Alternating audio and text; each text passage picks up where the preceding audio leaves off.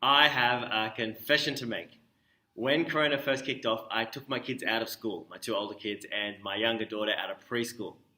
But then after a week or so, my wife, who some of you know has been in hospital, came home from hospital and we needed to send the kids back to school for a bit. So we sent the kids back to school and we sent our daughter Juniper back to preschool. And as I walked into preschool with my 3-year-old, another man was coming as well because he'd been dropping his little girl off to preschool.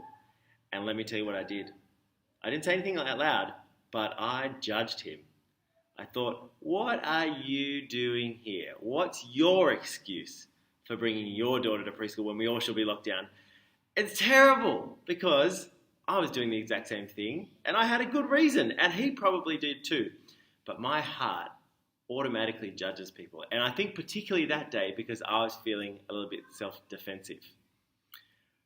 I tend towards being critical of other people and being judgmental of other people and not giving them the benefit of the doubt. I wonder if you do that sometimes as well. Well, at church, and I know some of you might not be churchgoers, but I want to invite you to come. At church this week, we're going to be looking at some of the things that Jesus said into this situation. He has some very profound things to say to people like you and me, those of us who have a tendency to judge other people. We're starting a series for the next 7 weeks called Jesus' Guide of How Not to Be Religious. And what I mean by religious is always looking for your own sense of self at other people's activities and at your own activities and being just a judgmental person who puts other people down, at least in your mind and maybe sometimes out loud. Jesus' Guide of How to Avoid Religion.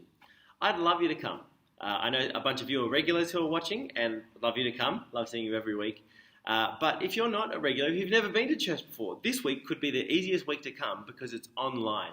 The details of how to do it are on the church website. So just go to bondichurch.org, all one word, bondichurch.org, and you'll find directions about how to log on and join us on Zoom, a conference call, at 5 p.m. on Sunday. I'd really love to see you and want you to know you'd be welcome.